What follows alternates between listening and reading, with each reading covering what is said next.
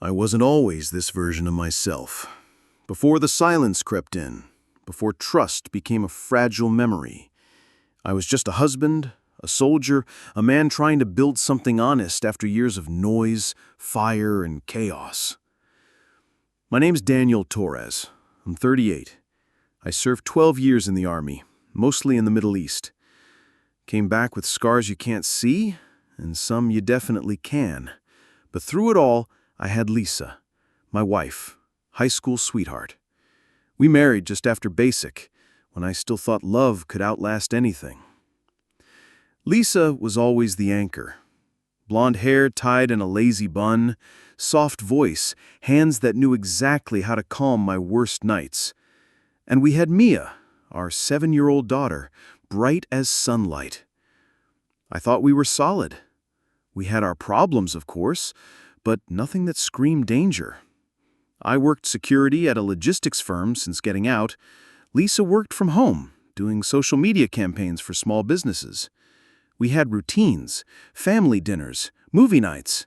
Sex was rare, but I chalked it up to stress. We were busy. We also had family around. My younger brother, Jason, 3 years my junior, lived 10 minutes away. He'd always been the funny one, the one who didn't join the Army, the one Mom called her baby.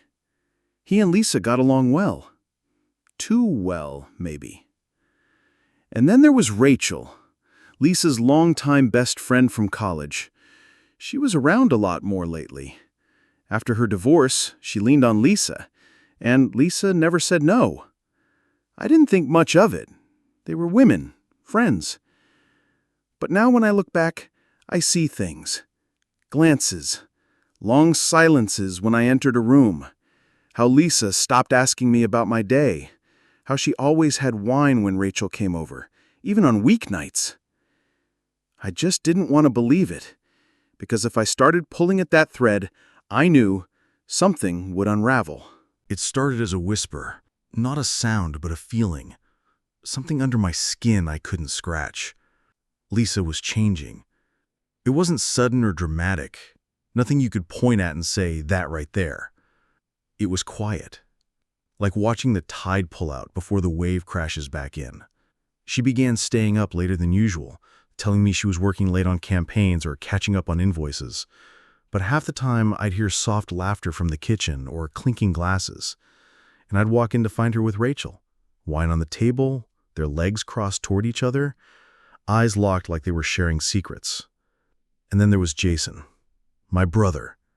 He started showing up more often than before, always under some helpful pretense, fixing a leaky pipe, checking the roof, helping with the lawnmower. He used to be the kind of guy who only texted on birthdays and Thanksgiving, but now he was suddenly around 2-3 times a week. And Lisa welcomed him like a damn celebrity. She'd light up when he walked in, laugh at every dumb joke, touch his arm too long, call him Jay like they were some tight little duo. At first I told myself I was being paranoid. I'd seen too much in the Army. My brain was hardwired to look for threats. But this wasn't Iraq. This was home. Or at least it was supposed to be. But it didn't feel like home anymore. I felt like a guest in my own house, watching, tiptoeing, pretending not to notice the growing distance between me and my wife. Mia, our daughter, was the only real light in that house. Even she started picking up on the weird energy. She'd ask why Mommy was always with Auntie Rachel or Uncle Jason, and why Daddy never smiled anymore. That hit me harder than I expected. One Thursday, I came home early. My shift had been cut short due to a canceled client run. Jason's truck was in the driveway. I walked in through the garage and heard music. Soft, slow, not something Lisa ever played. I stepped into the living room and saw Jason, shirtless, lounging on the couch. Lisa was in the kitchen, her hair down, cheeks flushed, no bra under her tank top. When they saw me, they both froze for a second. It was barely noticeable, but I saw it, that flash of panic. Then Jason stood up, all smiles, said he'd just finished fixing the cabinet hinge. Lisa chimed in, said he helped her with the disposal. Everything in that room smelt wrong. I couldn't shake it. That night I barely slept. I lay in bed while Lisa snored beside me, and something snapped inside me.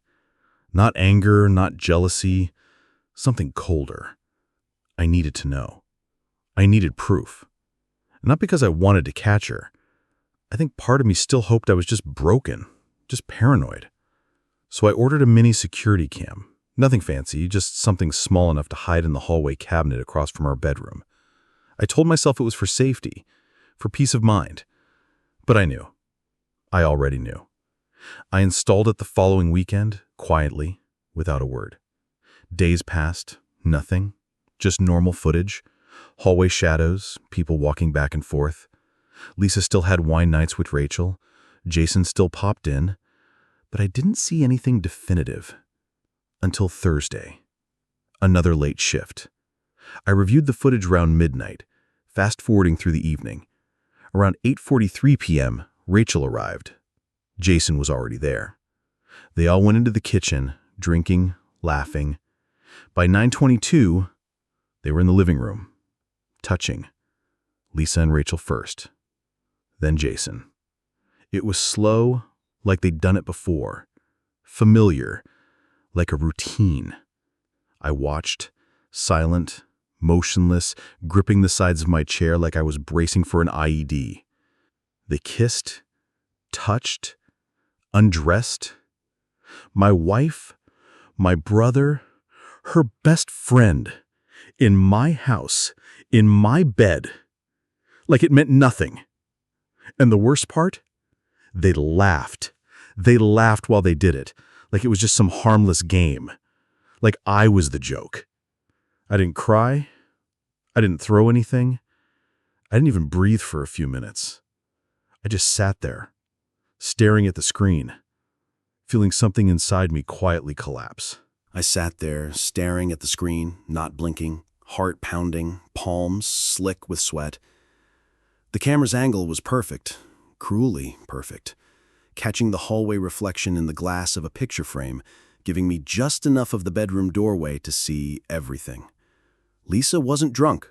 She wasn't coerced. She wasn't ashamed. She led it. She was the one who kissed Rachel first, pulling her close by the hips like she'd been dying to do it for years. She smiled at her like I hadn't seen in a decade. Then Jason stepped in, placed a hand on Lisa's back like he belonged there, and she leaned into it without hesitation. They kissed in front of my daughter's baby pictures, right there in the hallway. Rachel dropped to her knees first, then Lisa. Jason stood there like a king being serviced by two women who should have never even been in the same room like that together. And they didn't stop. I watched for over 30 minutes, and every second felt like someone scraping the inside of my chest with a serrated knife. It wasn't just sex. It was connection. It was comfort. It was something built over time, not some spontaneous betrayal. That's what broke me. After it ended, they cleaned up, laughed, made coffee. Jason and Rachel left through the back door like this was just a casual Thursday night tradition. Lisa went to bed, alone. I rewound the footage again, and again. I thought maybe I'd see regret on her face. I didn't. I thought maybe she'd cry in the shower or stare at herself in the mirror. She didn't.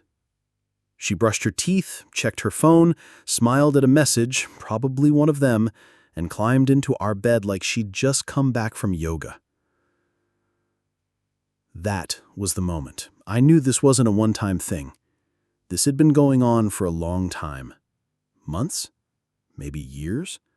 And I'd been blind. No, I'd chosen blindness because I trusted her, because I was busy with work, with trying to rebuild the business after the contract loss, trying to be a good dad, trying to keep things from falling apart. And all along, she had already walked away from me. She just hadn't told me yet. I sat in the dark for hours, the screen frozen on her face as she laid down to sleep. I wanted to scream. I wanted to walk into the bedroom and drag her by the wrist and show her the footage, force her to explain herself, to cry, to beg. But I didn't. Not yet. Not because I didn't feel rage. I did. More than I'd ever felt in my life.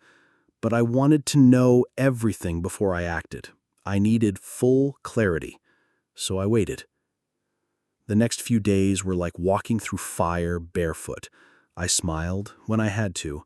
I kissed Mia on the forehead, packed her lunch, did the school drop-off. I played along like I always had. But every second I was home, I was watching the camera feeds.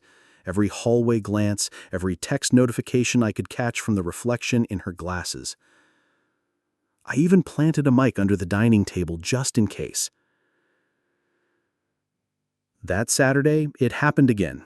Only this time it wasn't Rachel and Jason at different moments. It was both of them, at the same time. My wife welcomed them in with that same damn smile. She poured wine, put on music, not pop, not radio stuff, but something soft and low, intimate. I was watching live this time, heart racing, hand shaking. I turned the volume up. They talked like this was routine. Jason joked that next time they should do it in the pool. Lisa laughed and said, "Only if you both behave tonight." Rachel added, "Well, no promises." And they all laughed like teenagers. I paused the feed, sat back, stared at the ceiling. I was shaking, fists clenched so hard my knuckles turned white. I realized I couldn't feel my legs. That's when I knew. This wasn't just betrayal. This was annihilation, a complete erasure of who I thought I was to her. I wasn't her husband. I was just the dumb, loyal soldier she used to build a comfortable life while she satisfied every twisted fantasy behind my back with the two people I should have been able to trust most. And still, I didn't confront her. Not yet. Because I wanted to destroy this right. I didn't want yelling. I didn't want chaos. I wanted silence, control, evidence. I started backing up the footage, every clip, every angle, every night they met. I labeled them, archived them. I even started checking our shared iCloud, looking for deleted messages. And I found them. Hundreds. Lisa had been texting Rachel about fantasies. She'd been planning sessions with both of them, scheduling them like dentist appointments. There was a calendar invite, no joke, titled Threesome Prep, with a winking emoji. That was it. I felt something die in me right there. Whatever innocence I had left, whatever part of me still believed in who we used to be, gone. I slept in the guest room that night, told her I had a stomach bug. She didn't care. She barely looked up from her phone, probably texting Jason or Rachel or both. I laid there staring at the ceiling, planning the next move. I was going to destroy this whole damn circus. Not with rage, with truth, with evidence, with exposure. I woke up at 5 a.m. that morning with one thought in my head. This ends today. No yelling, no begging, no arguments. I wasn't going to let her twist the narrative or play the victim. Everything had to be clinical, clean, controlled. I spent hours preparing. I compiled every single video, every disgusting moment she thought was private, every angle, every sound, every look on her face. I labeled the files, sorted them by date and location. Then I made multiple backups. 2 hard drives, 1 flash drive, a cloud account under a fake name, just in case. But the crown jewel was a 12-minute cut I put together myself, the worst of the worst. Her voice moaning with my best friend's name in her mouth. Her whispering things into Rachel's ear while they touched each other in our bedroom. Her giggling while she straddled Jason on the very couch where Mia watches cartoons. The soundtrack of betrayal, and I was going to make her hear it. She came home around 11:30, fresh from her yoga session, wearing those overpriced Lululemon leggings I bought her last Christmas. She smiled when she walked in, said something about a new smoothie place and her amazing new instructor. I didn't respond. I was sitting at the kitchen table, laptop open, dead calm. When she tried to walk past, I turned the screen toward her and pressed play. She stopped mid-step, confused for a second. Then the realization hit her like a slap. First came the fake laugh. "What is this?" she asked, like maybe this was some weird prank. Then silence. Then her face drained of color. Within 30 seconds, she was crying, but I didn't pause, not for 1 second. She grabbed my arm, pleaded with me to stop, begged through the tears, her voice cracking. "Please, that's not what you think." I didn't flinch. I made her sit there. I made her watch everything. She watched herself pull Rachel's hair and tell her she tasted better than wine. She watched Jason suck on her breasts while my daughter's toys sat in the corner of the living room. She watched herself ride him, scream for more, while laughing.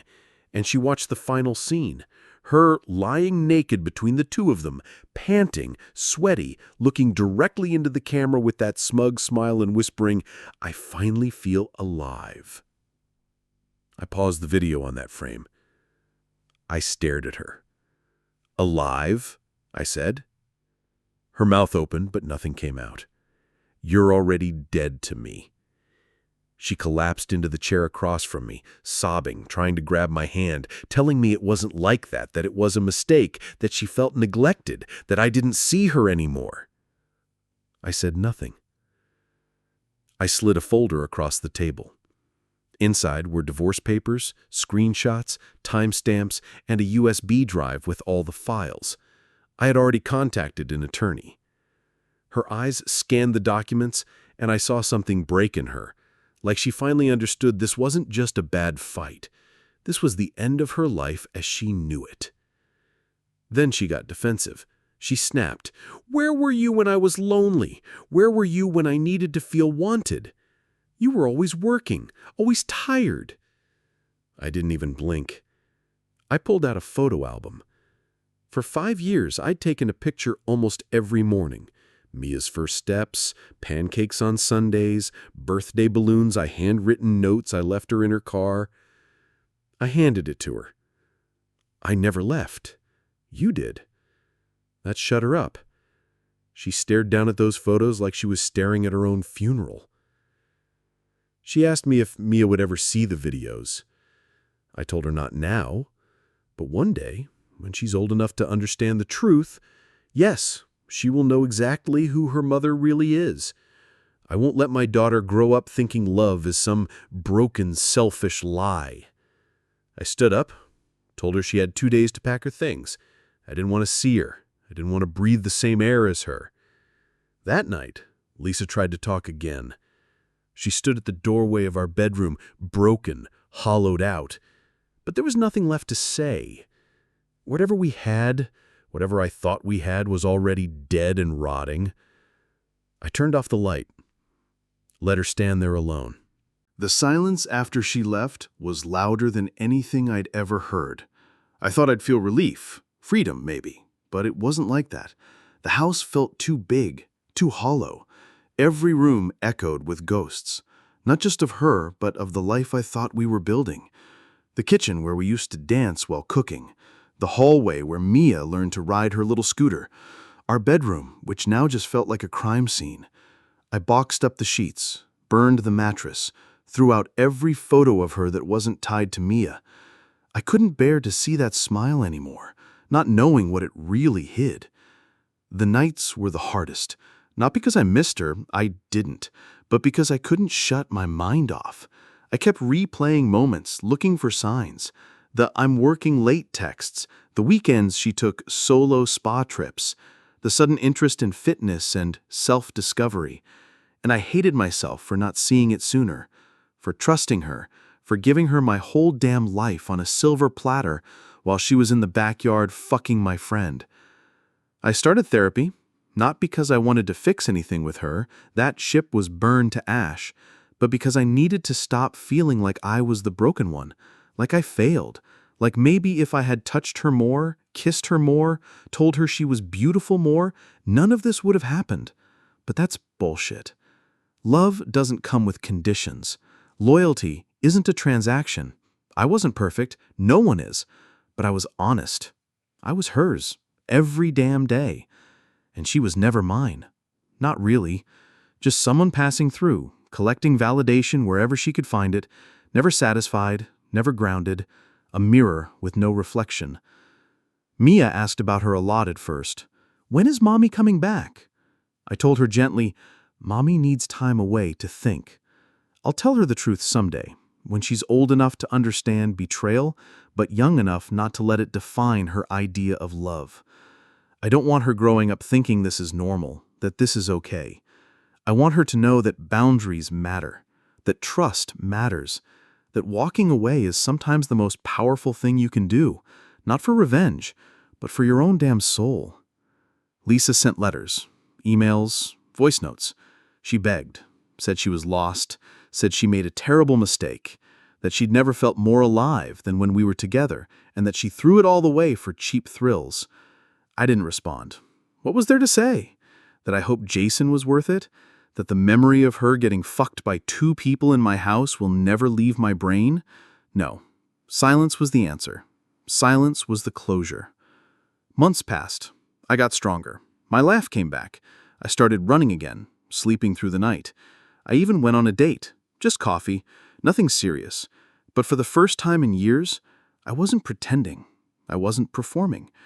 I was just me. Honest. Guarded. Healing. And that's enough. Sometimes I still wonder how someone who once claimed to love you can look you in the eyes and lie so smoothly. But then I remind myself it wasn't love, not real love. Real love doesn't hide. Real love doesn't sneak around at 3 a.m. or moan someone else's name in your bed. Real love shows up, stays, fights. And if it dies with dignity, not in secret shadows and sweat-stained sheets. I don't know what Lisa's doing now. Maybe she's chasing the next high. Maybe she's crying into a bottle of wine, watching old videos of us, trying to remember when she was still human. I don't care. I buried her already. Not just the marriage, but the version of her I once knew. The woman I loved is gone. And what's left is just ashes. I'm not angry anymore. I'm just done.